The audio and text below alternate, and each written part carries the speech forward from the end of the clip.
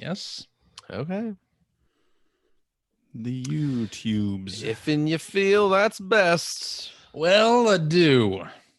If you feel that's for the best, I suppose I'll support it, It one is, way or and, the other. Should I Let me share know this if link? my internet connection gets bad again. Oh, please. Because of course my daughter's streaming. Oh, yeah? It seems okay. She's What's streaming YouTube in the other room, and then also like playing Roblox. And then my wife is watching The Bachelor in Paradise. What's she watching on the YouTubes? Bachelor in Paradise. She's watching Bunch of alt-right stuff. Is she getting indoctrinated? No. I forget what that game is called. I think it's Kingdom Two Crowns. Those are just words. That's not a title. It's a game that she found a streamer that she really likes. One King, Two Crowns. Is it Ninja? No, it's not Is Ninja. it PewDiePie? He plays, my son started asking about PewDiePie the other day. Oh no, really? I was like, nope. He plays various indie games and such, and she started watching is Dragon Quest Builders 2 stream. Oh yeah, okay. Because she loves Dragon Quest Builders 2. Right. And then discovered his channel, which has all sorts of other games. So she's watching Kingdom Two Crowns, which he's playing co-op with his girlfriend or wife. I'm not sure. Okay. Which and she just watches that game series over and over again. Huh. That's not that bad. Yeah. Well, there you go. Could Was be a bunch of watching The Last unboxing Guardian. videos that are, commercials disguised as kids unboxing toys. Oh, you know what? I forgot to pop out the chat. I need to know what the chat is saying. You've got to have your Popeyes chats. Why? Because you never pay attention to it. I don't understand why Yeah, you I need do. to know what's. I do though. Should I share the YouTube link? For sure. If you want Yeah, to. hell sure. yeah. Yeah. Yeah. That's what Are it's we about. are we casting broads already? Yeah. We are. Yeah, we're live on the YouTubes. Live on it's YouTube. not the showing Player up. One This podcast. house. Showed up for me, yo. It's live for me as well. Yeah, Yeah, I Greg, see it. get on our I'm level. in Canada. It takes a little longer for it to. To get to show your up here. internet. Yeah. Especially during this time where the network is being stressed from all the streaming. Through the Yes. wild Canadian firewalls. Stop all the downloading. Stop it. as We they we say. closed our border apparently even computer. to To data. American data. To various data and datums. Yeah, that's right. Datum. All right, you ready to go? I'm good. Yeah. Anytime, CJ. Hello and welcome to episode 698. I mean, I was born ready. The Player One podcast for Tuesday. I'm gonna have to redo that because if I have to use the backup, You most definitely are. if I have to use the backup, you're gonna be talking right over that. Yeah, that's the point. Go ahead. For reals this time. That's the joke.gif. Yeah. The goggles, they do nothing. My eyes. Up and that's them. Hello and welcome to episode 698 of the Player One podcast for Tuesday, March 24th, 2020. I'm your host, Chris Johnston, and with me from Canada is Mr. Greg Seward. Good evening, all you How's it people who aren't going? allowed to come to my country anymore. Finally. You guys Door's better been not get any locked. sweet 7-Eleven Slurpee promotions that I we know, don't right? have. What are you going to do? I don't know. Gotta get your Zelda glasses. I'll be sneaking across the border. I totally bit my tongue when I said Zelda glasses. Really? It hurts. Are you okay? Yep. Do No. you need? Let me see it. Stick it out. Let me see. Nah. Yeah. Oh man, I missed that. You can tell from here that that's a pretty bad bite. I never roomed with you. Yikes. And joining me from the great state of Washington, Mr. Phil Theobald. Well, my name is Phil, and I'm here to say I hope y'all keep 6 feet away. Nice. We don't want to be spreading disease, so step back with relative ease. This is what I'm doing. I've started a YouTube channel where I do family-friendly raps You're to way behind promote the curve. to promote safety. Social distancing. In these trying times. Yeah. MC social distance. MC social distance. Gal Gadot contacted me last week and said, I'm putting together a video of all the finest celebrities. And I said, you know what? I don't know any. I don't sell myself out like that. You know, I have got to get with I the have times, Phil. It's all about integrity. selling out now. Yeah. Integrity is a thing of the past. Hey, have you heard the news? What? No. Harvey Weinstein is tested positive for coronavirus. Yeah. And this is, boy, you know, if this horrible disease is infecting our beloved Hollywood producers, how can any of us sleep comfortably? All right, then. You see, the joke is that he's a monster. You have to explain that. So we're all secretly happy he has it. I see. Okay. And with that, we have a special guest this week. We got Patrick Hickey Jr., the author of The Minds Behind the Games. There's several of those books, and one coming up pretty soon here about sports games. Also a journalist and author. Welcome to this program here, Patrick. Welcome to the social distancing that we practice.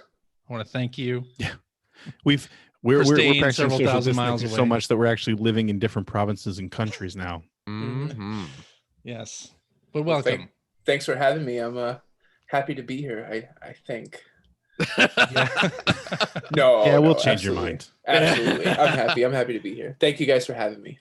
Yes, absolutely. So tell us about your books. So The Minds Behind the Games it's basically like I'll quote Brian Mazik from Forbes. He said each chapter reads like an ESPN 30 for 30 of your favorite game. Yeah, so I was like, okay, all right, I'll take that. I didn't say it, so it's even better. It's even better, yeah. So a couple of years ago, I decided to write a book. My wife was a couple months pregnant, and growing up in an Irish-German family, I got a lot of the I could have did so much with my life until you were born from my father. And I love the man, but that's kind of like the motif, like, you know, from that generation. I could have did anything I wanted, and then I had you, you know. So I was kind of feeling that when my wife was pregnant. I'm like, there's a couple of things that I need to get done before my daughter's here, just to be like the cool dad. And I had been writing for about 10 years for a bunch of newspapers, magazines, websites, teaching. And I'm like, I need to write a book. And I remember just sitting in my man cave and surrounded by games and books and DVDs. And I just started picking games off the shelves, like Wonder Boy and Monsterland and Mutant League Football and King's Bounty, NBA Jam. And I'm just like, I know who created these games, but I'm pretty sure most people don't. And I'm like, what if I could, you know, tell their stories? That would be pretty cool. So I started sending out pitches. I sent out like 6 pitches, and I was like, you know what, if half of these guys get back to me in a couple of weeks, then I'll have enough to like pitch a book. And within 2 weeks, all 6 got back to me. And I'm just like, whoa. And that was like October of 2016. So by Thanksgiving, I had like all 6 chapters written, and I started pitching publishers. And 3 days after Thanksgiving, I had a publishing deal, and I just kept getting people. And then the first book did well. The first book came out in April of 2018.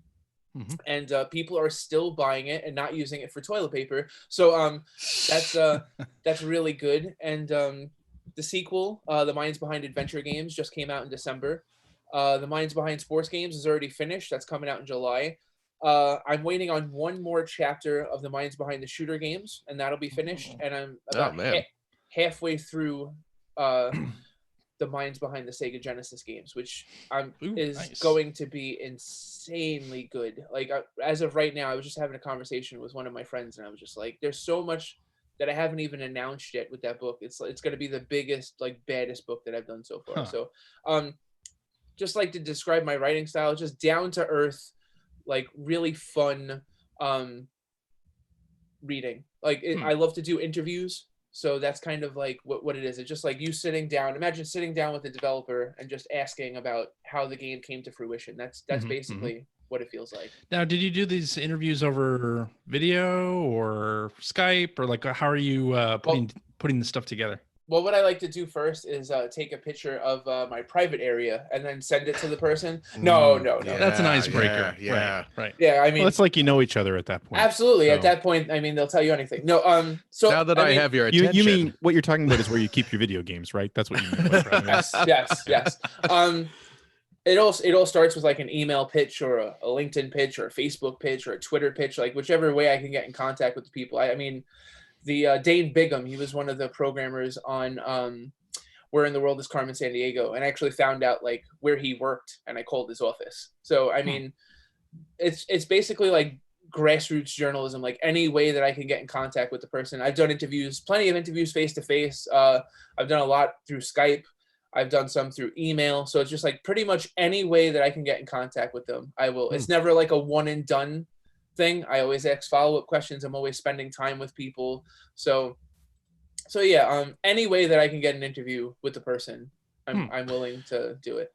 So yeah, I mean, and that's that's kind of the reason that how we got to the point where you're on the show is that you're talking about people are still buying it, and I actually just recently bought Mine's Behind the Games, your first book, about halfway through it now, and I mean, you know, as I actually was posting or have posted sort of my book collection. I've gotten a pretty decent collection of video game history books going now.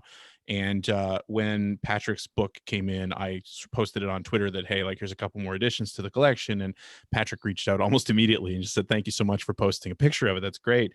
And we've talked a little bit, but one of the things that I think is great about what you're doing, like, there's been an explosion of video game history books. And Patrick, you and I talked about this a little bit over Twitter as well. Like, and us coming from game journalism background too, the Japanese creators of games, especially in the 16-bit and 8-bit eras, have been covered extensively, which is fantastic. But especially when you got into the mid and late 90s, there were, you know, unlike, it was becoming more like PC games where there were a lot more Western developed games becoming a big deal. So, you know, between you and like Sega 16 and Brett Weiss as well, like, there's a lot more focus happening on some of the American and Western developers, which I really like. This is one of the reasons why I was excited about this book.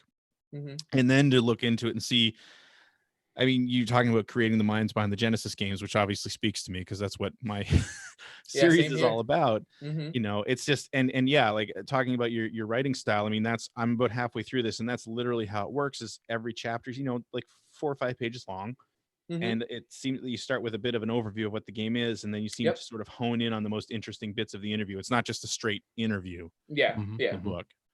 So, I mean, I remember when I was shopping for a publisher, I was kind of taking a look at the other video game books that were out there, and there's actually a book on speedrunners, like the best speedrunners in the world. Cool. And I thought that, I immediately was like, this is a really cool idea for a book. But it's all in Q&A. Every chapter is a Q&A, and I'm just like, that's mega lazy. And I didn't want to do anything like that. And Brett wrote the foreword to my book, Brett Weiss, to my first book. And I had interviewed Brett about some of his previous work. His stuff really stuck out to me as thorough, well-researched. He's got like this Leonard Moulton style of writing a review. He can say a lot in a little amount of space, which is great. So I asked for him to write the foreword. We have very different writing styles, though. Like, there's naturally opinion in my stuff. Like, the first 3 or 4 paragraphs, I'm letting you know, like, kind of what I think of the game without saying, like, I think, da-da-da-da-da. So that's like kind of how my stuff is different from Brett. Ken Horowitz at Sega 16 writes it in a very more of an academic style. He's a college professor like I am too. He's a college professor, yeah. Yeah, so am I. But he writes in more of like, his stuff feels like a history book. Like, it's great, you know. So I wanted to kind of like get in the middle of that. I didn't want to quite write like Brett, and I didn't want to quite write like Ken. They're both awesome, but I wanted to find like my own voice, and I think I'm like right in the middle, where it's journalism, but it's accessible. And you nailed it right on the head, Greg. It's just like, I've spoken to so many American developers that people don't know who they are. You know, you could be in a Dunkin' Donuts or a Starbucks sitting next to like the guy that made this game that you've played hundreds of hours, and you'd have no idea. So it's like I did this like little test with my college students before, and I'm just like, who wrote Romeo and Juliet? And they're like, oh, Shakespeare. And I'm like, who sings Thriller? And they're like, oh, Michael Jackson. And I'm like, who makes Grand Theft Auto? Who made Grand Theft Auto, the original Grand Theft Auto? And their answer is like Rockstar. And I'm like, it was a guy's idea. Who pitched that? You know, to not even Rockstar, because they weren't a Rockstar property in the beginning. You know, they were a BMG game originally. You know, and so that's kind of like what I feel like my role is in this whole ecosphere, to try and bridge the gap. One of the questions that I like to ask a lot of developers is, how much of the shit on your Wikipedia page is wrong? And then they just go, yeah. So like Michael Menheim from Mutant League Football, one of the questions I asked him was, I'm like, I know you guys didn't just like up and hijack like the Madden engine. I know it plays a lot like Madden, but I know, and I'm like, Wikipedia says that you did, but I know you didn't, you know? And he's like, absolutely not. He's like, we spoke to Scott Orr and stuff like that, and da da da da. And the thing is too, if you really know your video games, you know that like that view isn't a Madden view. They bit that off of Cyberball. You know, Cyberball was the game that had that view first. So that's the thing. I love to have conversations with people about games and just try and dispel myths. And I like to hear stories, so I try and speak to people that could tell good stories, and I just frame the story in a way where it's digestible and it's fun to read. And just to pick up one more thing you said there, and I think you described Brett and Ken's work perfectly, because what you said is exactly true. One of the things that I like about the style that you're going for in your books is, yeah, there is some opinion in there, but it also feels like you're kind of telling the reader why this game is in this book. You know what I mean? Like you're saying that this is here because I enjoy this and I'm passionate about this and I wanted to learn more about it, as opposed to this is here because it's the next game that starts with the letter B and I'm going alphabetically. You know what I mean? Like there's something to be said for full collections and being, I mean, that's the type of thing I'm doing, but it's, you know, it's refreshing because you kind of get the reader excited about a game because you can tell that you're excited about a game, and then it's like, okay, let's dive into this and learn some more about it. So yeah, I'm really enjoying it so far. Thank you. Kind of like the inspiration for that was, I'm not sure if you guys watch WWE, but the wrestler Bradshaw used to have a show. It was like Halls of Fame or whatever, where like he would speak to like a WWE Hall of Famer. And the first like 3 minutes of the show, he would just like rattle off why this person just kicks major amounts of ass. And the thing is, like, if you didn't know who this person was before the interview, by the time Bradshaw was done speaking, you knew exactly why you wanted to either sit down and invest another 45 minutes or if you wanted to change the channel. So the thing is, I know the way people read.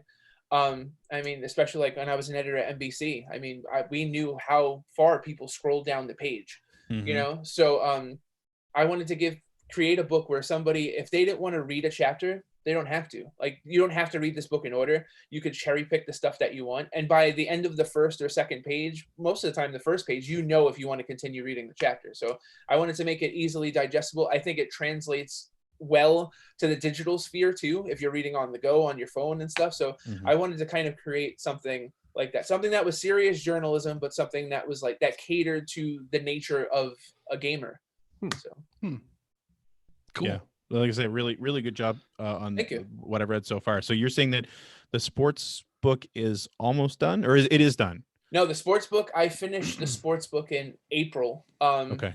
Yeah, so I'm waiting on the publisher to send me proofs. And then the shooter book is like 99.9% done. I'm waiting on one last chapter that I didn't even expect to get, and I pitched the guy like 8 months ago when I first started the project, and he literally just got back to me like 4 days ago. It's I can't tell you who it is yet, but it's a classic from the Atari 2600, and it's like, if you're doing a shooter book, this is something that like kind of has to get in.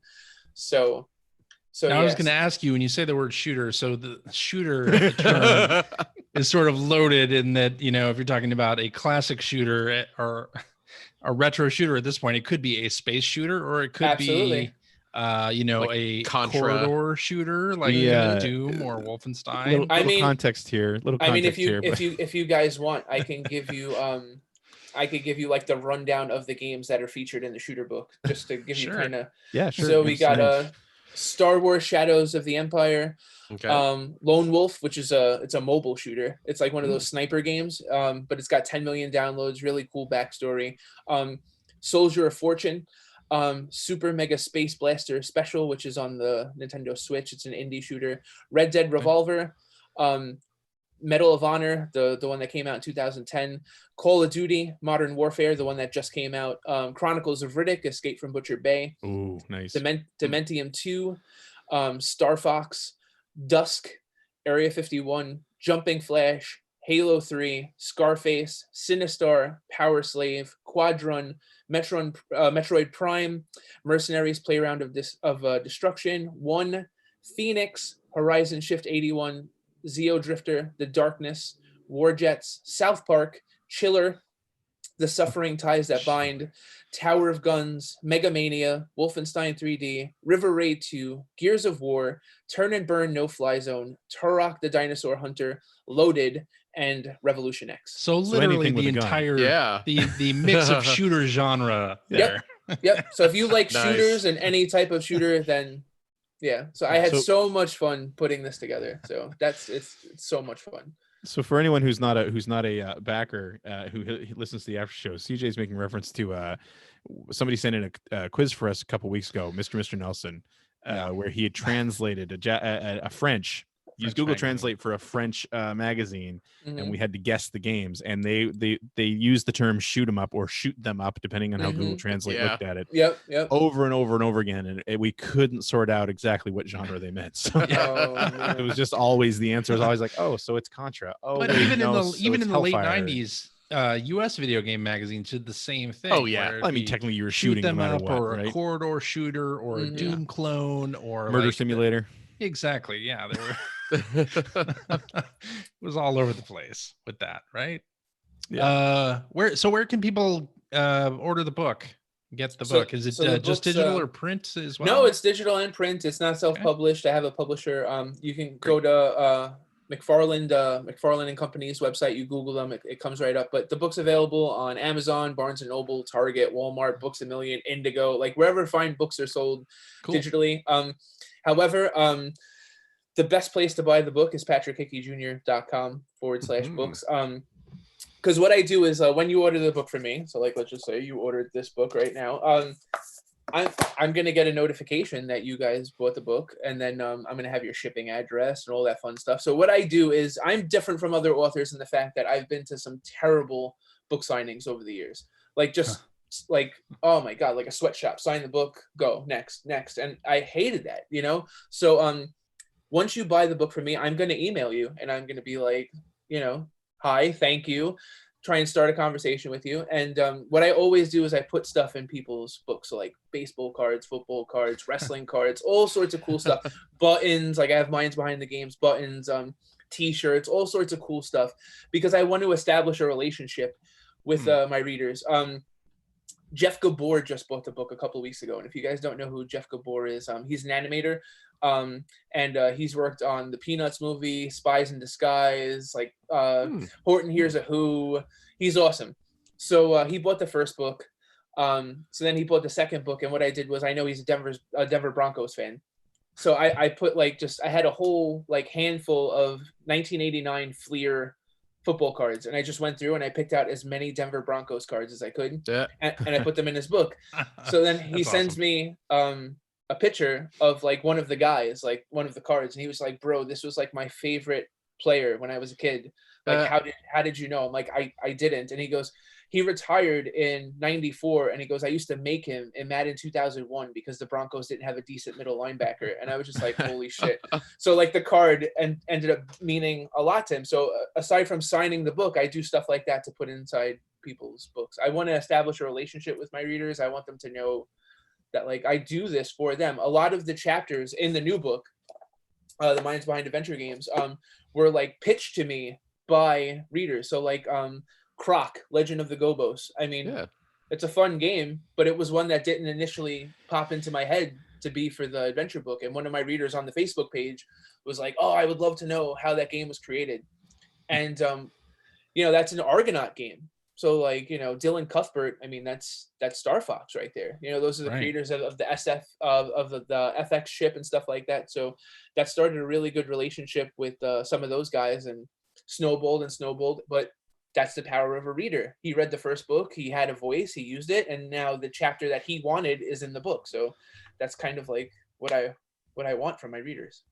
That's Very awesome. cool. Very cool. And we'll link to your website in the show notes for the show as well, and on Twitter. So awesome. Thank you. Yeah, hopefully people can check that out and order a copy. Cool. Thank you. Awesome. Well, I think we should get into news. What do you think about that? Has there been any? I love news. A little bit. So GameStop. Oh my God. Do you hear about this? You see this? You hear about this? Essential services. You hear about this? So apparently late in the week last week, GameStop sent out a memo to their employees saying that their stores were going to stay open as essential retail. Yeah. So for the launches of Doom, Eternal, and Animal Crossing, that's essential. And apparently essential to them. Well, what's really essential, CJ, is buying that extended warranty. It's just an extra couple of dollars, and it will protect you from anything that might happen to these games for the life. Oh man, a cleaning kit. Maybe do you need a memory card? Can I get you an extra controller? We have a fine selection of strategy guides right over here. That was the last time I shopped at GameStop. Cleaning kits. No, so yeah, they sent out a thing that they were going to stay open, and there were a number of articles, one on Kotaku from Jason Schreier and another from our friend Patrick Klepek talking about this. That basically, like, GameStop hadn't even provided like cleaning equipment for their demo kiosks, and didn't want them shut down. And there's a lot of didn't GameStop corporate send notes to their stores saying like defy local law enforcement? That's the thing about this. I think that's the thing about this that really bothers me the most. I mean, saying you're essential retail is crazy, obviously, but you're putting these, most likely 20-something managers or just people who happen to be in the store at the time, and that's not necessarily the manager, in this awful position where it's like, okay, if they come to shut down the store, I'm supposed to show them this letter and say no. So you're going to put me in the position that I'm supposed to say to the authorities, no, I'm not allowed to close the store, or in the position to turn around and say to my boss, no, I'm not following this directive, which probably means I'm going to lose my job. Right, exactly. That's awful. That's a terrible position. Terrible. To put people in. And wow, it's almost like GameStop is a terrible. I know. And then the other thing, there were some people, I saw a couple of tweets from different people who, like, because they were supposed to be enforcing a 5-person limit or 10-person limit. 10, yeah. And somebody was like, but I'm the only person working my shift tomorrow morning. I can't enforce that. How are you going to do that? How am I going to enforce that? So yeah, it's terrible. But by the weekend, they had seen the light. And now, this was a big moral decision on that point. Sure. This had nothing to do with the scores and scores of negative press. I mean, I haven't shopped at GameStop in years, so this wasn't going to, and you're probably not going to impact me. You might not one be way able or the to other. by the time this is all over. No, I'm not going to be shopping at GameStop anyway. But they have now closed their stores, but they're offering curbside pickup for games. So we'll just throw it out though. Right, curbside pickup. Yeah. It's really nice. They're gonna have though. Tom Nook in outside the store, just throwing copies at you. That's right. If you pull up and just yell in, like, I was just coming here to shoplift, they'll throw out a Funko Pop for you, and you can just take it and leave for free. Wow. Hashtag life hacks. Yeah. Don't shoplift, kids. It's morally wrong.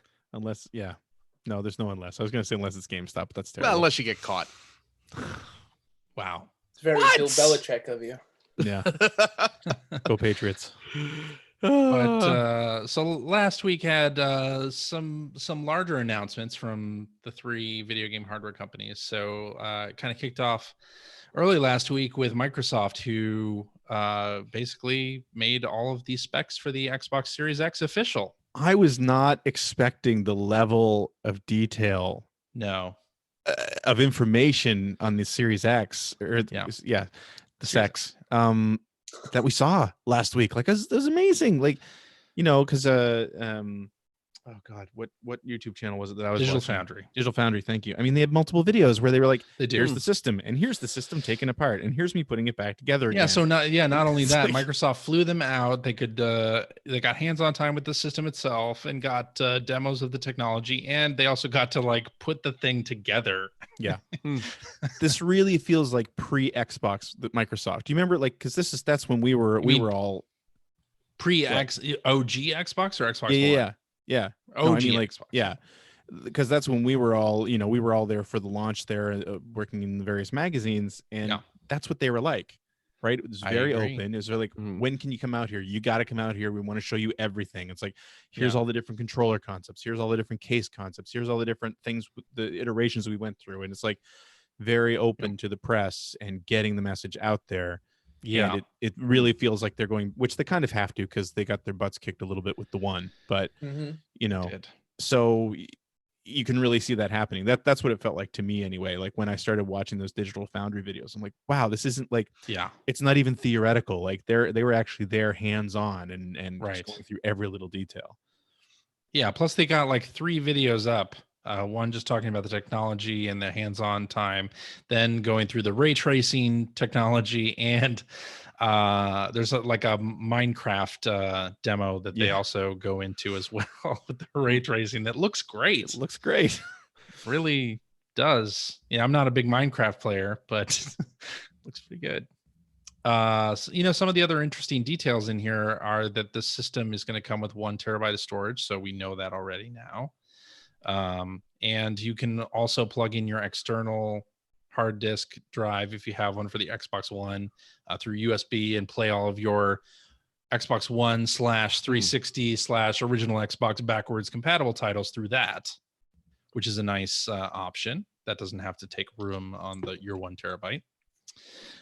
Then they also have like a 1 terabyte expansion card that apparently is going to be manufactured by Seagate, and it's a proprietary little thing that hooks into the back and gives you another 1 terabyte of storage. Now they haven't said how much that's going to cost, but it'll effectively double the storage space in the system, which is nice. And apparently also you can like remove that from the system and bring like your digital games over to somebody else's house, plug that in and play them, which I thought was an interesting idea. Sure. Or Phil could steal it and take it to other people's houses. Yes. Phil could just take the memory card. Victimless crime. Yeah. I feel like there's a victim there, but they also showed off a video, and this is on the Xbox YouTube channel, of the quick resume feature.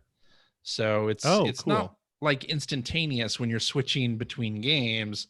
There is like that. If you've used an Xbox One, you sort of know when you boot a game, it brings up that like splash screen of what game is you're booting. So there's like a little bit of a delay there, and then it goes into where you left off. But isn't the idea that, and maybe I'm wrong with this, but on the current systems, doesn't it work where it's like if you suspend a game and you turn everything off and then you go back, as long as you go back to that game, you go right back to the point you were at? But if you go to a different game, you're shutting it. I'm saying no, in general. I don't think so. I don't think so. No, I'm talking about current consoles, CJ. But if you go to a different game, you kind of lose your place, right? But with this, isn't it that you can hop around to a bunch of different games and it's still saving exactly where you were? Am I wrong about that? Or I don't think I've ever seen the suspend feature, and I know what you're talking about. Yes, it should work that way. Like at the beginning of this generation, they said that it would work that way, but I don't know that it really works like 100% of the time that way. Yeah, what I'm saying is it doesn't. That's what it doesn't. Yeah. Well, the way that they show it off in this video, it is working, and with multiple games, and apparently even after you shut down the system, or if the power goes out, you can resume right away. Wow. But of course, these are all with sort of single player games. These are not talking about online games. You can't continue those from where you left off. Who cares about online games? Well, I'm just saying. Only you. So, me. Yeah, that's right. But yeah, all in all, I got a good idea of what we're looking at for the Series X. I think the controller looks really good. I guess now we just need the games, which is an important part of it, of course, and the price and release date, which I'm sure have all been flown into disarray now with this sort of national, or not even national, worldwide epidemic or pandemic that's going on. So, you know what? Truth be told, though, it might be a blessing in disguise. A lot of people don't like to spend a ton of money on a console if it's a little bit cheaper. You know? Yeah. Yeah, that could be. And yeah, will people have the money for a $500, $400 machine coming up? Yeah, that's this fall. That's still, I think that's a larger question. That's still my big question, because I mean, even if this is over sooner rather than later, I think a lot of people are going to be feeling the pinch. Yeah. So yeah, who knows if they'll have that disposable income at the end of the year. I guess it's good that like Halo Infinite is going to be cross-gen and you can play it on the Xbox One. It actually might hurt them in a way. You don't have to buy the. I'm talking about, like, it may help them on the software sales side. But yeah. Anyway, so then Sony, not to be outdone, did a thing, announced. I think the night before it actually went up, that Mark Cerny's talk, which originally was going to happen at GDC, called The Road to PS5, which they sort of said was going to be a deep dive into the PlayStation 5's system architecture, was going to go live on YouTube, like premiere on YouTube at 9 a.m. the following morning. I'm a consumer. And as a consumer, I like presentations with loads of pizzazz. I'm sure loads of exciting gameplay footage. I want to see explosions and fireworks and all sorts of bright flashing colors. A little bit of Ridge Racer. Certainly Sony delivered on that front, right? No. What? This and I think it was a misstep for Sony to pre-announce this video going up at all. Like, or try to hype it up to consumers, or even put it on their consumer YouTube channel that is all game trailers and marketing. Like, this talk called The Road to PS5 was really a developer-centric talk. Well, it was for GDC. It was for GDC, and I don't think they made that clear enough. Like, and the talk itself, I watched the talk.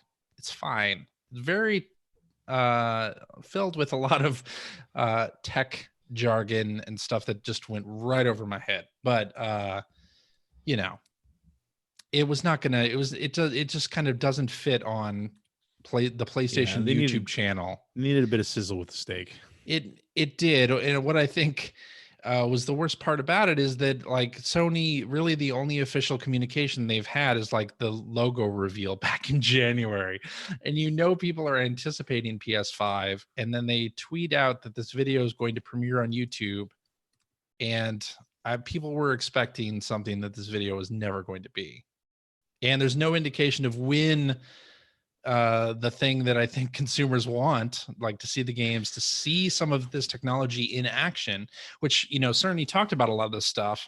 You can't really get your mind around it unless you see it. And they have done like load time demos before that have been, badly captured on cell phone cameras. Like, why not show some of that stuff on this presentation? I don't know. I don't know why they didn't. Do you think that they were, obviously they were caught off guard a little bit where this was supposed to be a GDC talk. So obviously, that's why they did it and they put it online, which, it's great that it still happened. Do you think that they were caught off guard with just how deep the Microsoft reveal went? No. You don't think so? I'm sure, like, with the way, I would think that this was planned before even knowing that Microsoft was going to do anything around this time. And maybe they knew that Microsoft was probably going to do something around GDC, but I don't think this video was produced or posted. No. Because of.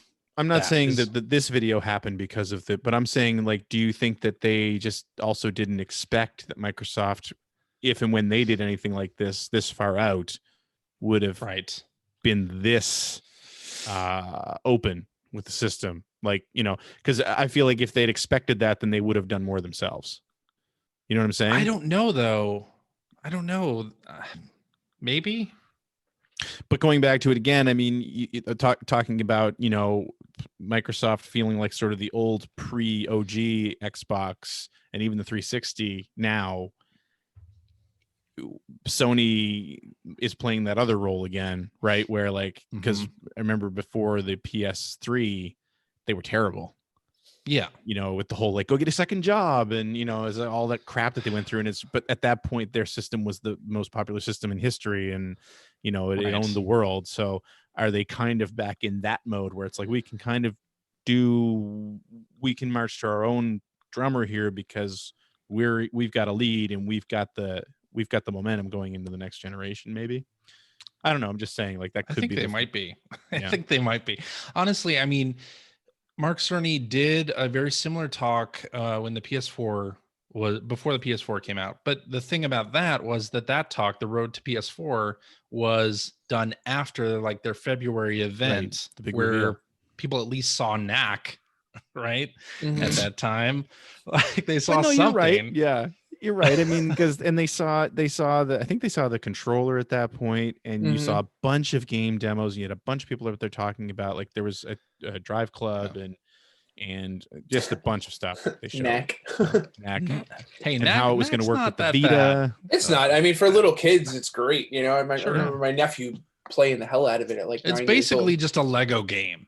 That's what it is. The voice of the main character gets me every time. Yeah, it doesn't fit the character. It doesn't. Not at all. No. It's like if I would speak like this the entire rest of the podcast. Yeah. And if you were about 3 feet tall. Yeah. Well, he gets the ancient relics around him. He can dig in himself. All right. And digging himself. But so yeah, this presentation, you know, was high on technical jargon, but I think, you know, when you look at the spec sheet, if you see like point to point, like if you're talking about teraflops and power, the Xbox Series X is definitely more powerful, but where the PS5 I think has an interesting edge is data throughput. So it's 5+ gigabytes per second of data throughput to the memory. Like that's like super fast. And apparently a lot of developers who do open world games are very excited about that CJ, ability. Can you put this in terms I understand? How many bits teraflops is all the teraflops? A lot. PlayStation 5. A lot of bits. I have no idea. 64-bit? Is that because I can do that math, but can you get into 1024-bit? 1024-bit. That'd be great. I'd love it if we were still doing that. That'd be so funny. Miss those days. Yeah, me too. Yes. Yeah. I remember when 16 meg was on the box and you were like, oh shit, 16 meg. Exactly. You know? Yeah. I just interviewed 100 mega shock. Yes. I just interviewed the developer of the Buck Rogers game on Genesis. Oh. And on the box it says 8 meg, and it's just like, I remember when that was sexy. Yeah. You know? Yeah. Exactly. Yeah. It's like when you were a kid and like Nicole Eggert came on Baywatch and you were like, that's pretty hot, man. And now you see Nicole Eggert and you're just like, you know. Especially now. Yeah. Oh yeah, especially now. Oh my. But we did find out that the PS5 is going to be 825 gigabytes, not a full terabyte. So, and if you want to expand the storage in the PS5, you have to get a drive that matches the speed of the SSD inside, which apparently is not being sold currently. So who knows how much that's going to be? That's not surprising though. I mean, when you consider that data throughput is kind of like the big deal. That is their big deal. Right. And I mean, that's where they're pinning almost everything. That and audio is where. And that's the same reason Microsoft is doing the little Seagate drive too, right? Like they were saying, because you can't just plug any old retail hard drive into this thing. It's not going to work. Like it's just the speed of the drive isn't going to be there. The speed of the data travel is not going to be there. So, but I mean, that's where we're at. I agree. It'll be interesting. Once we get game reveals for this hardware and we can actually see how everything works, it'll be interesting to see like which one has the edge. Even though like a lot of Digital Foundry videos that I watch right now, I'm like, I can't tell. I just can't. Like, yes, I can see that the shadows look a little better, but like when I'm playing a game like Gears of War, or Horizon Zero Dawn. I'm not really looking at the shadows in general. I think that'll be the bigger shock to me, is that will the games look significantly different than the others? I don't think so. And I don't think it will. No. I mean, especially where, more power doesn't necessarily mean a better selling system. I mean, Very true. for the shooter book, I interviewed Jens Anderson. He did Chronicles of Riddick and The Darkness, and they were like, listen, we were designing Chronicles of Riddick on Xbox and PS2, and we loved what we were doing on Xbox because the power was there, and the PS2 version wasn't performing. And then we saw how well the PlayStation 2 was doing, on the market. Right. And then when they had to drop the PS2 version, it hurt them big time. Starbreeze lost 2/3 of their entire company because of that, And Chronicles of Riddick is an amazing shooter. Only sold 400,000 copies on the Xbox, because it was exclusive. Because it was exclusive. So just because, developers loved working on the original Xbox compared to the PlayStation 2, but the sales weren't there. So I remember when we were doing Invasion, it was the same thing. When we were trying to beef up the AI for the characters, we just added a few different tweaks to it on the Xbox, and it ran great. And then we ran it on the PS2, and it ran at like 10 frames a second. So you had to, and you couldn't not ship on the PS2. Well, and any multi-platform game coming from a third-party publisher is going to just hit whatever the common denominator is between the systems, and maybe they'll have like some advanced shading system. That's what I'm saying. I don't think they'll look significantly better. The capability will be there, but it'll be the exclusives that will really benefit from that. That's kind of the reason why Microsoft is where they're at now for the Xbox One. Yeah, exactly. I mean, we're like we were saying a couple of weeks ago, we are so past the point where each system had personality. You can't just look at a game and know that's an Xbox One game or that's a PS5 game. Like you could with like a Genesis or an N64 or something like that. Greg, you know what I miss? I miss Aladdin. Oh God, don't no for SNES. Aladdin. What a great game. Well, no, just because you had the same game developed by two completely different teams for two completely different consoles. I mean, stuff like that will never ever happen. Phil's just licking his chops over there. But no, what you're saying, Patrick, is exactly right, and that's totally the way I feel about it. That's one of the reasons why I started doing Generation 16, because that's one of the things I loved about the 16-bit generation was that you sometimes would have two completely different games for the exact same property across, and it was great. Absolutely, it's true. It's true. We've got another co-host here. Yeah, we've been invaded. This is Josie. Josie, say hi. Hi. There you go. This real life, people. This is the way it is. That's right. Go to mommy. God, I love you. Yeah, we've never had random children burst in on our. Never, ever. We're behind. Phil should open any minute anyway. I don't know what you're talking about. That's right. Did Phil steal the kids, or are they his? No, he's got that one. hasn't been proven. Oh, okay. All right. The longer you delay the DNA tests. Yeah. I think there's a statute of limitations. I knew I saw him on Maury before. Mm-hmm. I knew it. But another detail of the PlayStation 5 is backwards compatibility. So, obviously Microsoft has worked for years getting backwards compatibility going on the Xbox One all the way back to the original Xbox. And they've done a pretty good job, and especially like making some of those titles at a higher display at a higher resolution, and really fixing things up. But so Mark Cerny's presentation, he described backwards compatibility as being sort of like they took a look at the top 100 titles on PS4, and those apparently seemed to run okay, but they're working on getting more. And then Sony had to clarify it later in their PlayStation blog post that they do expect that vast majority of the 4,000 games from PS4 will be backwards compatible on the PS5, but of course no actual numbers. And it sounded just from Mark Cerny's talk that it's a lot more involved than just running the PS4 application on the PS5. Like they have to go game by game and test everything to make sure that it works. That's Microsoft's strategy from years ago. Which Microsoft had to do that as well, but they got like a 5-year head start. Yeah, that's what I'm saying. That was a bit of a bummer. It didn't sound like they're very far down the road, which is definitely a bummer because I certainly expected PS4 stuff to play on PS5 with no problems. But I guess we'll just have to see like when the machine comes out where they're at with things. Yeah, because they're not saying specifically. They're saying, vast majority, and we tried the top 100 games, and I mean, it doesn't really tell you a whole lot about how those are going to perform.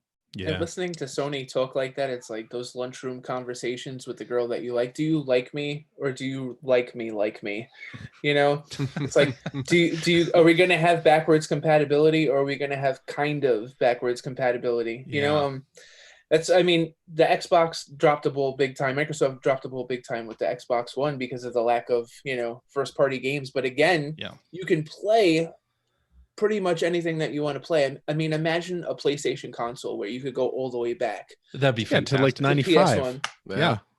I mean, well, and I think that's a lot of people expected Sony to have that sort of backwards compatibility before announcing PS5, and it seems like they really just haven't had that as a focus. But I don't know. Yeah, I just don't think it's like a concern of theirs at all. No, I think you're right, and I feel like that's a mistake.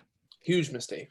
Absolutely. Because they could draw from their monumental library of games, and so many people have nostalgia for the PlayStation. And they dropped the ball with the PlayStation Classic too, so they did. So I mean, just like to not make money. Some people are allergic to it, or you marry an Italian woman and you lose it, so just crazy. I don't know what that's like, but I'll take your word for it. Absolutely. Then Nintendo also had an Indie World presentation last week where they showed off some really cool looking indie games. Almost everything they showed looked awesome to me. So you should if you haven't seen it, you should watch the YouTube broadcast. But they had like Hello Games, the No Man's Sky folks. They are doing a game called The Last Campfire, and that continues to look great. TikTok Games working on a very cute co-op shooter with animals that looks like Gradius. It's like a 4-player Gradius game. That's awesome. Called Bark, which looks great. They kicked off the presentation with a game called Blue Fire that's like a Zelda combat looking game that really is awesome. It's so many great games in this presentation. You just have to go back and watch it because indie games on Switch, they are really they're picking an amazing lineup to show off in videos like this. And even though a lot of these games are multi-platform and will come to other platforms anyway, like this package of this video presentation was just really good. And you can take those games on the go with you too, which is the best part. That is indeed the best part. Yes. Shall we get to what we've been playing? I think we should. We've been going almost an hour now. Almost an hour. We should get to that. Greg, what do you got for us? I got some old stuff. So this week, I've still been streaming, and I finally gave up on Earthbound Beginnings. That's one of the games I was playing. And the difficulty spikes in that game are just ridiculous. Yeah, I finally got sick of it. I've heard it's too hard, and you have to grind.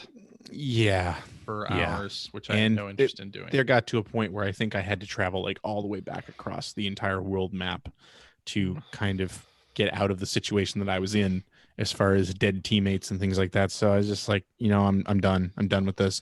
So I moved on to different games to stream, and I actually fired up F-Zero this past week.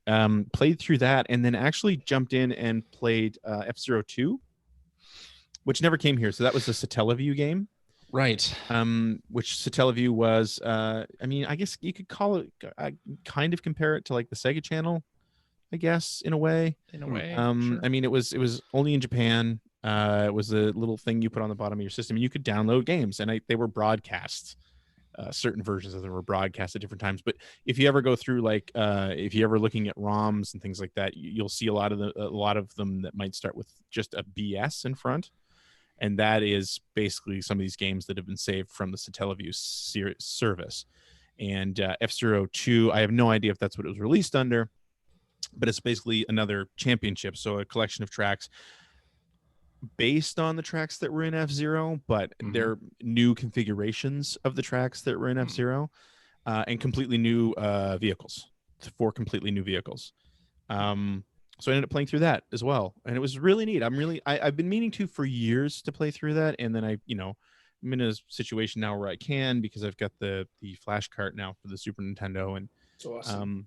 just sort of decided now's the time to try this out, because there's actually a Zelda adventure that's out there that's off the service as well that I do want to play. I really enjoyed it a lot. It was a lot of fun. I got to go back and check out more of these, but that's really it outside of the other stuff that I'm still sort of playing through. Like, I'm almost at the end of Dragon Force on the Saturn. Great game. Yeah. And playing through a bunch of old adventure games. Like, I'm about to play through Space Quest 3 starting tomorrow night. You heard that someone's bringing Blade Runner to new platforms, right? Yeah. It was ironic that it happened, because I've been sort of one of my donors, Extra Life donors, they get to choose what I play on Thursday nights out of my library, and in my library is, of course, the 1997 version of Blade Runner, which was a fantastic game. And I think I talked about it actually a few weeks back when I played it. And I just played, not through it, but played a few hours of it. And I remember saying during the stream, it's like, first of all, it was super hard to get the thing running. I have the physical version. I could not make it run on my system. You had to jump through so many hoops. And then out of the blue, Good Old Games released a version for sale that actually does play on modern systems, which is fantastic. But this game is from 97. It was all pre-rendered. So, the resolution is pretty low. And it really shows its age. For as beautiful as it is, it really shows its age. So I had said, like, it's such a shame. It's very widely known that all the source code was lost for this. When Westwood was sold and all that happened, the source code was lost, which is very common for old games. So it's like, it's a real shame that no one's ever going to remake this. And then all of a sudden there's this announcement that they are doing a full remake, and they're breaking the game down, much like a lot of people who did ports from the arcade back in the day. They're literally just playing it and breaking it down based on that. Right. Yeah. But I'm super excited about it. It's a great game, and I'm really happy to hear that it's going to get out there again, and people have a chance to experience it in a more modern way. It's coming out for everything. Limited Run is putting physical versions. Are they really? For PS4 and Switch. I'll have to jump on that for sure. Yeah. So that's really all I had for what you've been playing. All right, Phil. What do you got for us? Well, this past week, the big week in video gaming. I've heard that. We had the big 1-2 I mean, punch. GameStop wouldn't even close. They wouldn't even close. Stores. Yeah, exactly. Doom 64 has been re-released. I was watching Ben Rivers play through that this week, and finally, really good. I am delighted to have that. I did not play Doom 64 back in the day, so I didn't know back in the day that it was a different game. It's original. I thought it was just a port. Yeah. Nope. No, it's original. Crazy. Brand spanking new game. So those old school video game magazines done steered me wrong. Yup. So I it was still a N64 game, so it wasn't worth playing. But I picked it up. I got a free copy for PS4 because I purchased Doom Eternal. I pre-ordered Doom Eternal. So you got a free copy of Doom 64 with that. But I also dropped the $5 to get it on the Switch as well, just because I have Doom 1, 2, and 3 on Switch. So just I want to have as many of the old school Dooms on there as I can. But I honestly have not had much of a chance to dive into Doom 64 because I was distracted by the other Doom game that came out this week. Doom Eternal, the aforementioned Doom Eternal. Doomy Turtle? Doomy Turtle. Doomy Turd Hole. Doomy Turtle. Oh, there it is. See? There you go. And are any of you guys playing this game? Do any of you guys care about this game? I care about it, but I still haven't even gotten around to playing Doom 2016. Why do you guys dislike fun? Dude, it's weird. So many the, old games. the to play. 26 the 2016 game gives me motion sickness, so I Oh yeah, right. figure this CJ's one, fragile. Well, I'm fragile. man up, Buttercup. Why don't you just put on your bracelets, man? Yeah, Those don't work. Those for video magic, games anyway. those magic crystals. They What might is work this? for seasickness on a ship. That's what it This is. You're not pyramid wearing your amethyst power bracelet. that you're wearing.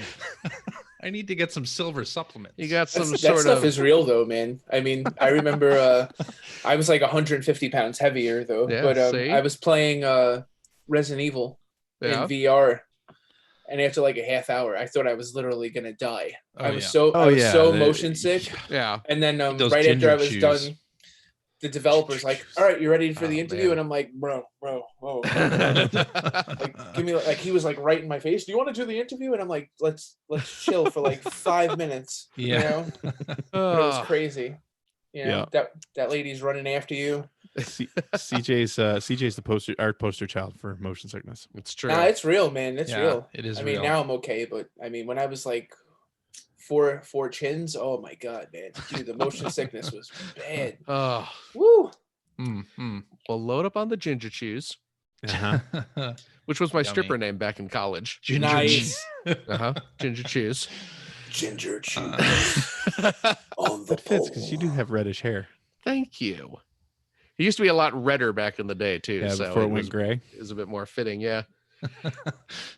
But nah, man, Doom 2016 was outstanding, and from what I've played of Eternal so far, it seems just as great. I played through the first level last night, which was sizable level. Probably took like an hour or so.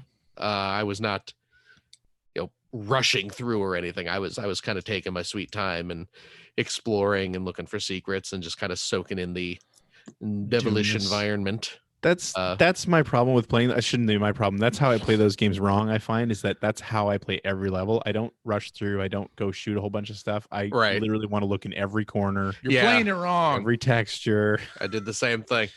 And well, I mean, I'm already playing it wrong because I'm playing it on not the easiest difficulty, but like the normal difficulty. So I'm not going hardcore into it. So sorry, everybody. So Phil, can I ask you a question about You Doom absolutely. Eternal? It seems to me like you just did. I know. I'm going to ask you another one. Okay. So I'm on Twitter, and there's a lot of developers on there, and I follow them and stuff. And one developer in particular was complaining about the platform elements, the jumping around in Doom Eternal. How did you feel so far in the first level? First level didn't really have too much. I mean, there was a bit. Because the first level, it's hell on earth. Pardon my French. But you are literally on Earth, and it's all devils have taken over, so it's all crumbled buildings and subway tunnels and stuff like that. And there's a couple parts where you have to you're running on top of a subway car and you have to kind of leap over to the next one. But I mean, nothing that I experienced was required incredible precision. It was always just there's ample room for you to even if you kind of flub the jump, you're not gonna go falling into a pit or anything. Well, you have a double jump. Pretty well renowned shooter developer was bitching about the platform elements, and I'm just maybe because you haven't made a shooter this good, I don't but I haven't played it. So I was just kind of seeing where everybody was at. So that's good. That's good to know. Thank you. I mean, like I said, I've just gone through the first level, so maybe there are more egregious bits later on, but I haven't had any issues so far. But it's great. You got all those kind of glory kills like they have in the 2016 game, and nice glory kills. That's the one. And I got my shotgun. I got my rat-a-tat-tat. You start with the shotgun, right? Instead of the absolutely pistol? do. Oh, yes, yeah, that's great. Which is great. And very early on, you get the chainsaw as well, so you can rip and tear, and you get the weapon add-ons. You'll find little robots to add on. So I got I I forget exactly what they call it. It's kind of like a mini gun sort of thing, but you can get like it was like a sniper attachment for it, so you do little pop long distance things. Dig it. That's awesome. Was it the brain spider? He has a name. But you know what I'm talking about. The brain spider. Yeah, that's a good name for him. Yeah. He's got a little diddle me do up on top of his head there. That's a technical term. A little robo attachment that can shoot. Is that in Grey's Anatomy? Yeah, the diddle me do. Oh yeah. Yeah, absolutely. It's on page 69. No. Oh my god. Oh, yeah, we do have He's fun. a good man. He's a good man. We do have fun. But that it lets him shoot long distances. So if you can snipe that off of him, it weakens him so you can do more damage. You know how it goes. It's a fun game. I'm having fun with it. It's all stupid and loud, ham-fisted bro douchiness of I'm gonna blow up the devil. It's great. It's fantastic. So I'm having a good time with my dumb meathead Doom game. So there. And then I played Animal Crossing. Animal Crossing New Horizons. Which also came out. Why is palate cleanser? Huh? Yeah. I just didn't understand the accent change. Because it's fancy. We're having a fancy little village. Fancy of delightful animals, and plant your fruit and catch some insects. We're going to have a museum for everyone to enjoy. Animal Crossing New Horizons. I picked it up, dog. And I'm enjoying some Animal Crossings. Animals? Yeah. Got our village set up. My wife has moved in. My kid has moved in. We're all. You playing on one Switch, or what's your setup? Yeah. Well, we're all in the same village, man. Okay. It's. I did hear some alarming things about when you play on one Switch. Like what? Uh-oh. Like what? Is your marriage in trouble? Tell us now. Is your marriage in trouble? No. What's the like hubs? that only the first player can do some of the things. So that making is donations and like getting Blathers to build the really like the initial tutorial stuff, like only the first player can do it, and that's weird. That is true. Right now we got our museum. Yeah. I donated enough animals to get Blathers to move into town, so we do have our museum. But now I am trying to gather supplies to get Nook to build his store. Right. And you need like multiple types of wood, and you need little iron nuggets. That you do. And so if Finn, my son, of course, if he plays, because he's been playing probably more than any of us, he'll play, and then he'll just run over and dump the iron, in front of my house for me to pick up. Yeah, I mean it's a little annoying that you can't all residents can't contribute, even though the game, when you open the store, spoiler alert, they thank all the residents for helping. Well, even though they certainly the first person. That's CJ's problem with it. He doesn't want other people getting credit for what he's doing. No, yeah, that's it. That's not my problem. That's not. So my we're problem just at all.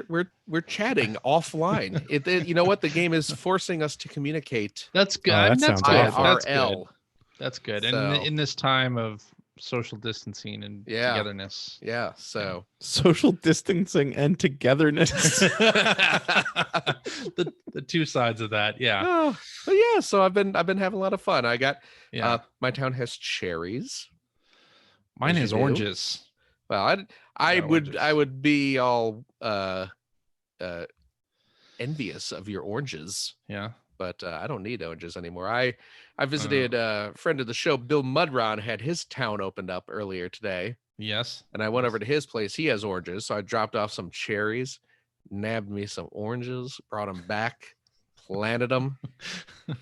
Gonna have some orange trees. So is that the only limitation? The What's museum stuff? Is that the only real limitation in a multiplayer? Because I haven't got this yet. So I don't know. CJ is the one who's the hater. No, it's like some of the things to progress the town have to be done by the first person who arrived there. So early on, that's things like donating stuff to get Blathers to move in, and I think it's collecting resources for the store to be made. Like it's some of the big things. So the two things though. Well, so far. The two things that we've all two experienced. Things that you will take care of in like 3 days. Right. Okay. Right. So after that, no, I mean, I don't think it's a huge deal, but for some people who want each player to experience the entirety of Animal Crossing, right? It's gonna be different.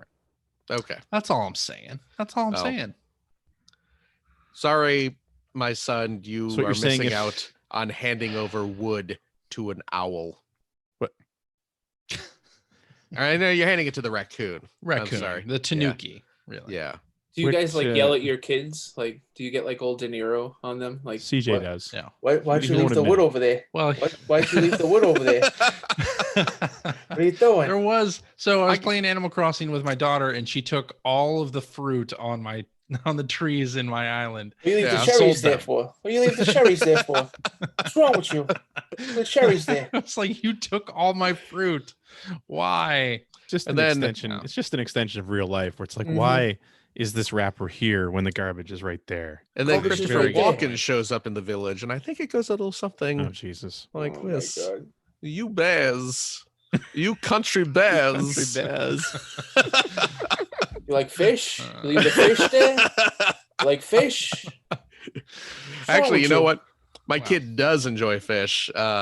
His big thing that he likes to do to vandalize our town is he will go fishing, and he'll donate fish to the museum. Yeah, certainly. But any extra fish, instead of just selling them like a normal person, he's just like, I'm gonna set up a maze outside my house of fish tanks. So he just has 20 fish tanks all in the yard around his house. All those fish tanks. What are you doing? What are you doing? Oh. Because when you drop them, they're in the world as different, varying size fish tanks. Yes. In a world with a maze of fish tanks starring Christopher Walken. So you just have to go clean them all up. You country fish. Oh God. Huh? So you just have to clean them all up then? No, what you're saying is, if I buy this thing, I need to buy this thing when I have the time to set up the town myself, because I clearly want to be in charge. Absolutely. Probably. I'm not gonna clean up my kid's fish. It's clean up your fish. He's having fun. Fish. I see all these fish tanks. You know what I'm like? I'm like, tanks. But no tanks. No. Meanwhile, back in the Hall of Justice. There. Yeah. So that's a dad joke. That's great. I love it. It's all right. That's what I'm doing. Yeah. You know what? I felt a little bad. I was over at Billstown earlier today, and I did a little fishing, and I ended up catching an oarfish, which is a very big, elaborate, kind of rare fish, very valuable fish. And I felt bad because I took it from his town. But I certainly wasn't going to give it to him. Well, no. He should have caught it himself. I had a museum I need to stock. You've got needs. I'm sorry, Bill, but I took your oarfish from your supple ocean. The beginning of the end of a friendship. Remember this moment. Yep. Listeners. It all started with an oarfish. When Bill goes on a rant about Phil and tardy to the party, you'll know. I'll know. This was the moment. It's all about the oarfish. Yeah. Speaking of the oarfish, I noticed, CJ, you named your town Scranton. Did you really? I did name my town Scranton. That's right. Oarfish. Get it? Oarfish. Well, originally, my town was going to be Scranton, and then my daughter's town was going to be Nashua. She wanted. These are terrible names. Big fans of The Office, so I don't know. Your daughter's a fan of The Office? She likes The Office. Your 8-year-old daughter is like, 8-year-old daughter. Oh, I know. That workaday world, I understand. You clearly have not hung out and watched TV with CJ's entire family. Apparently not. That little girl watches everything CJ and his wife watch. Oh my god. No, she doesn't. She knows. No, she does not. So when I was there for PAX, I'll tell you a story. Oh boy. We were watching The Good Place. When I was there for PAX, we watched. Not It's Always Sunny. I mean, come on. How many seasons of The Good Place did we watch? almost all 3. And Charlotte had them committed to memory. She was Wow. telling me what was about to happen every single my. episode. That's awesome. She did. There Yeah. you go. I mean, it was adorable, and she Yeah. was happy to be there, and I was happy to have her there telling me Yeah. because I thought it was really cute. But yeah, she watches everything they watch. Greggy, you want to see my drawing of Dexter? Oh, I love that kid with his little laboratory. No, the murder one. No, The murder one. The murder one. the murder one. Daddy, why is all the plastic on the floor? Oh, wow. Wow. Uh, All right. I don't know why. Patrick. I don't know why I gave your daughter like a 4-year-old lisp. I don't know why either. She doesn't What, sound you ever like like that. a Dusty Rhodes lisp? Breaking Bad, Daddy. Let's watch more Breaking Bad. She has never seen Breaking Bad. But How she's many way into Better times- Call Saul. Yeah, I was gonna know, say, that's true. Better Call Started Saul. her All with over Better that. Call Saul Yeah. because Better Call Saul is a prequel. Oh, okay, you're doing Anyway, like machete order. You're good, gotcha. yo. You're good. Patrick, Good. what have you been playing? I've been playing a lot of stuff actually. A lot of research stuff. So obviously Aladdin on the Sega, Little Mermaid, Vector Man, Oh man. NBA Live 95, Shakan, The Immortal.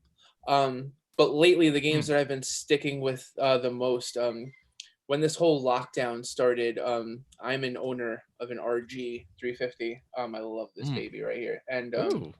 yeah, That's so awesome. yeah, it emulates everything from the PS1 on. So right here is NHL 2001.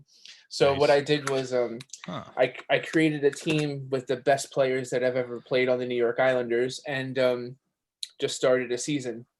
So I'm like 9 games in, and like every player on my team has like 10 goals already. So I've been just like destroying everybody. I did that, and then I started Baldur's Gate Dark Alliance over geez. on PS2. And I bought Baldur's Gate 1 and 2 on the Switch last week. So I've been messing around with that too. So that's kind of like what I've been playing. So Baldur's Gate 1 and Nice. 2, Baldur's Gate Dark Alliance, and like 1 game of NHL Face Off 2001 a day. A lot of classic And stuff. all the Genesis stuff for the Genesis book. I'm like totally, yeah. So I mean, back in the 16-bit days, and we've talked about this on the show, I used to play sports games, even though I never watched sports. But they were just fun games, right? Yeah. Like you had Yeah. all these sports games that were fun to play because they were just fun games. You didn't need to know anything about sports. absolutely, like the NHL them. games are just completely Classic. timeless. Michael Brook, the producer on all those NHL games, he's writing the forward for the sports book. Oh, cool. And he's just so cool. Like we hung out like in his hotel in the city when he was here in New York City. In New York City we call it the city. I don't know why, but and we just spoke for like 3 hours, and like every single time he would go, I don't know if I should tell you this. I'm like, That means you should tell this to me. I just got That's some right. like the sports book has like amazing stories because he was the assistant producer on Earl Weaver Baseball, and then the assistant producer on the original Madden, and then producer on NHL PA 93, NHL 94, and NHL 95. So it's just like every great story about every great EA sports game is in the sports book. So Nice. So yeah, man, those Genesis sports games, they still hold up. And there's They do. there's a lot of websites out there that still update the rosters. So if you want to Yeah. play NHL 94 with NHL 20 rosters, Yep. you can. Really? Oh, People Absolutely. who man. support like, NHL 94 are fanatics. Patches They're- for the ROMs that you Yep. can. Yep. That's awesome. With updated player rank Oh, man. ratings and everything. I mean, I have it on here. I play it all the time. That's Yeah. too cool. Yeah, it's great. So Nice. Yeah. All right. Well, I've been playing Animal Crossing New Horizons as well. Started that on Thursday night, taking advantage of the whole 9 p.m. Pacific midnight launch thing, which is Hate you guys. fantastic. So, and then Charlotte, my daughter who's 8, we basically like spent the first 4 days of the week, like where during the day she would do her educational stuff and watch PBS Kids during the day. And we told her if she was good, but with her reading and math stuff, that we would take the day off and play Animal Crossing all day on Friday. So that's basically what we did. We played Animal Crossing all day on Friday. Geez. nice. Yeah, and got a lot of the first little things you need to do in that game done. And then she discovered the design studio right. in the game, and she went nuts in designing clothes. And then when she had enough Nook miles to unlock the pro designer. Oh yeah. I showed her how to do that. I was like, this is the simple designer. Let's upgrade you to the pro one. Yeah. Where she was able to make like different garment types. Yeah. She's just going crazy making all sorts of stuff. Oh, funny. And then when I got like the museum, when Blathers, was ready to move in and like build the actual museum, she made a dress with the fossil pattern on it, like ready for the museum unveiling, which was just awesome and super cute. You want to know something amusing, CJ? So you posted that on the Twitters. I did. Your daughter's fossil dress that she made. Yeah. I was showing it to Finn. Uh-huh. I was like, oh, here's CJ's daughter making this cool dress. He was like, oh, that's really cool. And so he ended up going in and making his own little shirt pattern, kind of inspired by that. And I was like, oh, that's awesome. I'll have to, should I take a picture and share it with CJ? And he was like, and he got like really shy about it. He was like, no, because, sometimes other kids don't like it when other people copy them. And I was like, oh no, I think Charlotte would think that's awesome. She inspired you to do that. It's good. He's like, no, don't share it. So clearly he doesn't want to be a video game developer. Don't tell him that I told you. Okay, I won't. He's gonna be pissed. But yeah, it was pretty cute. But hey, speaking of shirt designs, I saw pop on the Player One Twitter. Oh right, you did at a P1 podcast, because I whipped up a pro design Player One T-shirt. Cool. That's cool. So I'm wondering when they're gonna open QR codes for sharing those types of things. Yeah, because right now it's just you have to put it in pixel by pixel. Yeah, so hopefully at some point, man, the game, could that be any more Nintendo? The game is very deliberate in kind of doling out. Yes, kind of new features. Very deliberate about that. I'm sure at some point there's going to be here's how you can spit out a QR code to share with people. When they add microtransactions? But it hasn't happened to me yet. Yeah. Have you played? You said that you went to Billstown. Have you opened up your town at all or anything? I've not. I don't know if you've heard there's a pandemic going around, and I do not want to invite. No, I just haven't had a. You already ate his oranges, though. So that's true. It's true. I mean, you brought the fruit back. That's. I do. I hope you washed them. I do still need pears. I've got pears. I'm gonna range uptown. I got some pears. I got pears. What's the other? Because I have apples. I have oranges. Coconuts. Oh, I need coconuts. My God, this conversation's falling apart fast. You guys do this. Speaking of Nintendo, how are you, Greg? How are you? I mean, speaking of the whole Nintendo experience with this game, Gates online content, and or Gates content in general, like the online experience of traveling to another town. It's kind of involved. Like it's a lot of looking at a menu while another player connects. Which is kind of cool. They have a little departing thing that shows you their progress, but it does that every single time. So if like me, you invite everyone on Twitter to come to your town and suddenly 7 people show up, it's a lot of waiting through menus.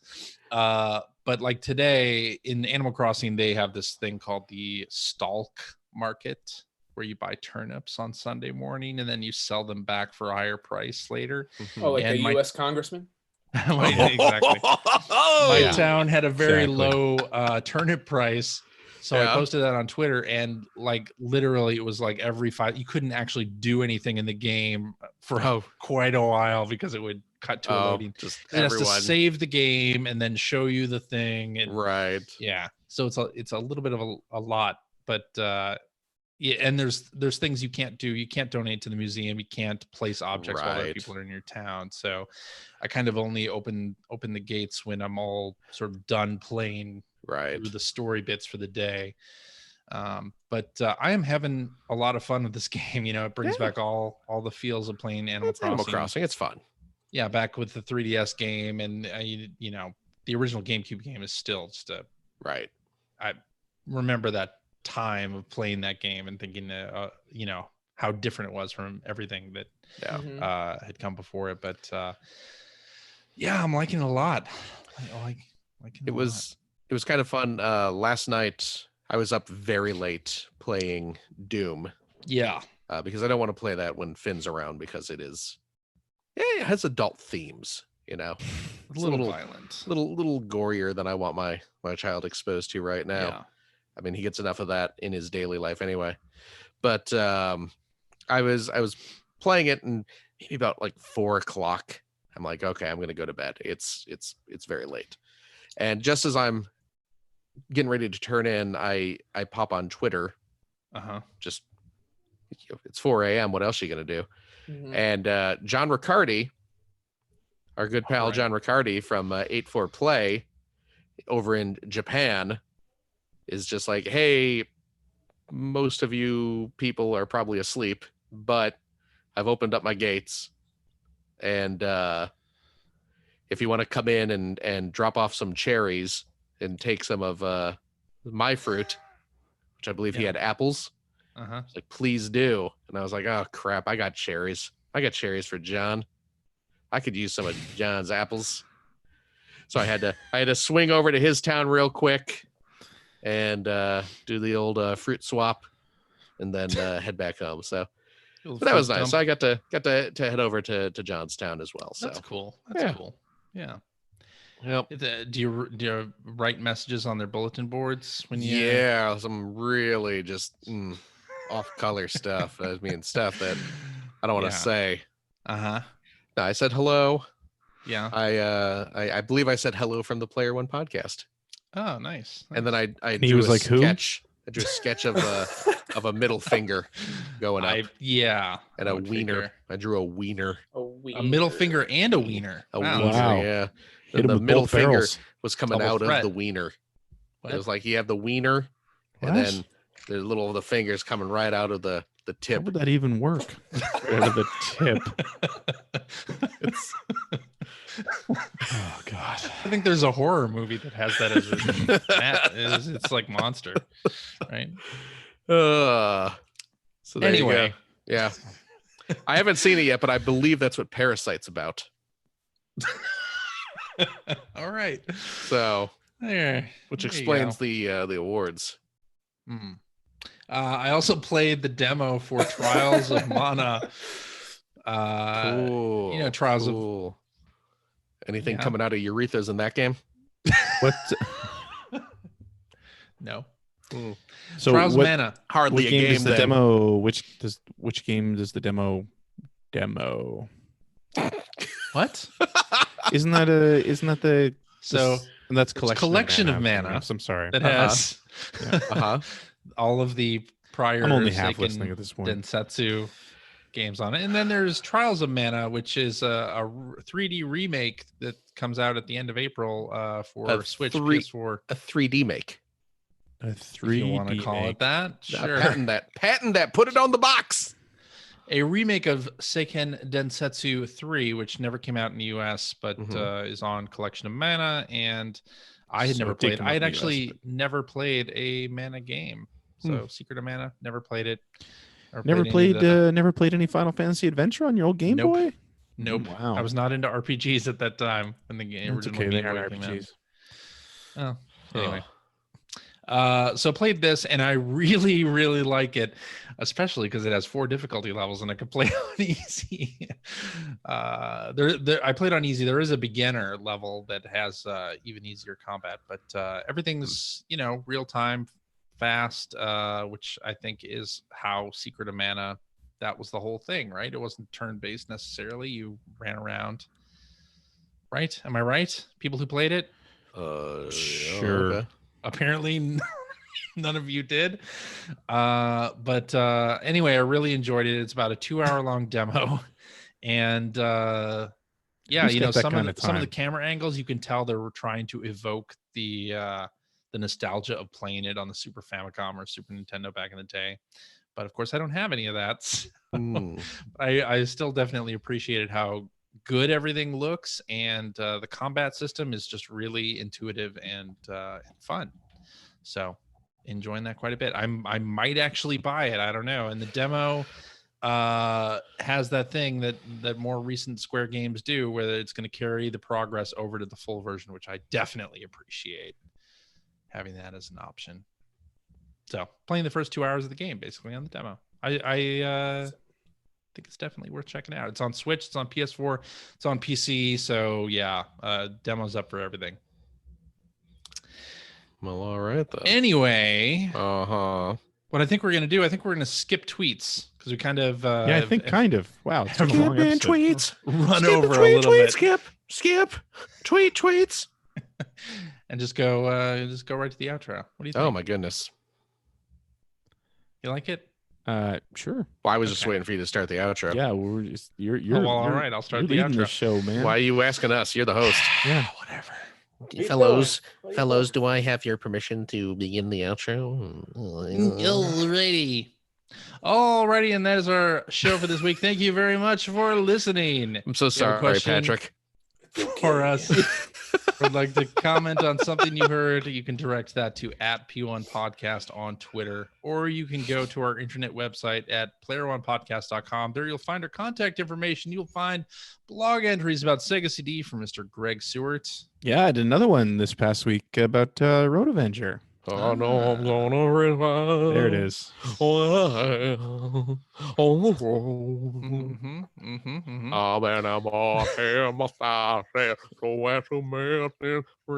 is gonna sound great over the outro music. This is really gonna sound great. Yeah, that's okay. You'll find Generation 16 episodes. Yeah, I'm neck deep in the 1 hour long upcoming episode. Still working on it. Yeah, but I'm actually to the point now where I'm actually capturing video and starting to put hour-long episode. It's gonna be an hour long. Gee whiz. Yep. Meaty.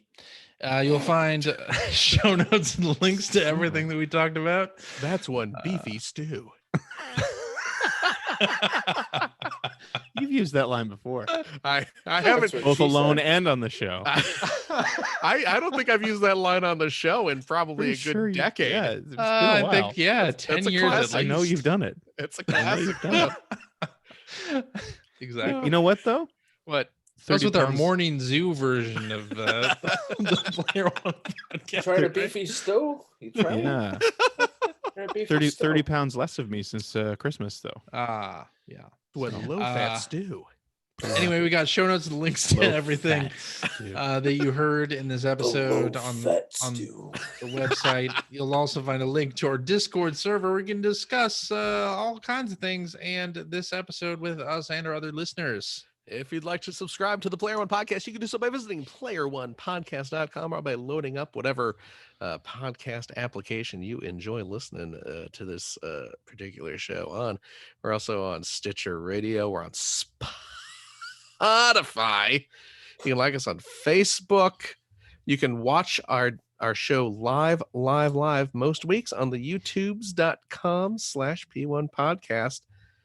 Spoiler alert. We usually do the show right around this time. Sometimes maybe 2 hours before this exact time. If you're watching it live now. If you're listening to the show later, then it is 2 hours from now. When will then be now? Plus soon. The time that has passed since our recording at this moment to the point where you are in time now. Okay. So tune in then. Or you can make it easier on yourself by following our Twitter account at P1 Podcast, and where we will tell you when we're doing it live. So just throwing that out there. Hey, and if you'd like what you've heard, and how could you can head over to patreon.com/P1 Podcast. Throw a few shekels our way. Just bring some money. Bring money. Plenty of it. Money now. Let me tell you, CJ's got a whole mess of Blu-rays of inappropriate TV shows that he needs to buy for his daughter. So, wow. American Horror Story complete. We're gonna start. We're starting The Walking Dead pretty soon. Oh well, there you go. Nice. No. So My daughter is terrified of need? anything that has blood or monsters. No matter or how any of many that times stuff. we show her any of this stuff, she's always scared of it. Although So if she you're- makes fun of me for Huh? being scared of watching the original Jaws when I was her age. Oh, really? I was like, we gonna do this now? Are we gonna show you Jaws and see how scared you get? Oh, I'm That's not funny. exactly That's parenting 101 right there. yeah. What are you doing? What are you doing? It's just a little kid. What are you doing? I wouldn't do that. It's PG, but it's not appropriate. Well, if you're going to be showing her Walking Dead, No. clearly she's I was having just some kidding. trouble falling asleep. So this will be a look nice at way that. to lull her Nice. That was into the some land passive aggressive. of Nod. Yeah. You get it? You get what I did there? Yep. Yeah. It's good. Hey, if you have a couple bucks left over, head over to generation-16.com where you will find the Patreon link to help support Greg Stewart's outstanding, and it is outstanding, web series about North America's favorite runner-up, the Sega Genesis. Thanks, Phil. Thank you. Although I understand that there is a fantastic book coming out about the Genesis, so I don't know how much the world needs. Oh man, I'll be trolling that for the next 2 or 3 years. Yeah, exactly. CJ, Yeah. thank you. Thank you very Phil. much for Thank you. hosting You're the good. show. So You're good, yo. Thank you. You're See? good. You're See? good. Marlon Brando says you're good. You're good. You're good. That Or De Niro, but you're good. Gregory, Yo. thank you. Cheap Yes, and also cheap. Thank you, Phil. thank you. And of course, tremendous extra special thanks to our superb guest this week, world premiere Ray Liotta impressionist. I refer, of course, to none other than Mr. Patrick Hickey Jr. Thank you again so much, sir, for joining us. Thank you, sir. It was a pleasure. And please, once again, plug for the internet where they can buy your wonderful, wonderful books. Amazon, Barnes & Noble, Indigo, Books A Million, but patrickhickeyjr.com / That's the real deal. books. That's That's the real the deal. Look at that. that's where you want to go. That's the one. No, seriously, thank you for joining us. That's awesome. Yeah, I Yeah, really man. appreciate Yeah, it. you guys this are is great. fun. I had a lot of fun. So Well, thank you. Cool. that's because you're not here every week. and of course, Wow. thank you to our audience. Oh, I didn't plug our Patreon after show. Of course, if you are a $5 subscriber of our Patreon, you do get access to is that an Infinity Gauntlet ring? Mm-hmm. Look then at that. That's And pretty then great. I got Mando over here. Ah, Oh, look cool. at that. Ah, nice. That is pretty Very cool. nice. And I got Tony Stark's heart over here. Oh my goodness, look at this guy. He's all decked out. You got the Rebel Alliance headphones there, I noticed. Yeah, yeah. Oh no, that's yeah, the yeah. Imperial ones. I'm sorry. Turtle Beach sent them to me a couple years ago. So Oh, that's awesome. They've lasted, so they're good. That's awesome. But yeah, if you are a $5 subscriber, you do gain access to a weekly bonus post show where we play games, we crack wise, we have all sorts of fun, the likes of which you wouldn't believe, friends. Okay. So join us, won't you? CJ, what's this thing we're doing now? Are we dumping old after shows? Yeah, I mean, since we've been doing this after show for 2 years at this point, and we have a lot of old ones. And since everybody's sort of cooped up inside doing, maybe they need another podcast, because why wouldn't you, right? Well, there's not a whole lot of them out there. There's not a whole lot. No, nothing really to listen to. So on Fridays, I'm sort of digging through the backlog of after shows that we've done and just posting them on the regular feed on Fridays for people. So nice. So please look forward to that, friends. Yeah. That's our, you know what? That's our way of saying we're sorry for the pandemic. We'll try better next time. CJ was going around coughing on people. No. Big boo-boo. I don't. Nope. I don't do that. Oh, it says I don't do that anymore. Oh, it says on the cover. We'll see all y'all next week. Thank you for tuning in. Make good choices. Again, super thank you to Patrick for joining us. Bye-bye. Bye. All right, bye.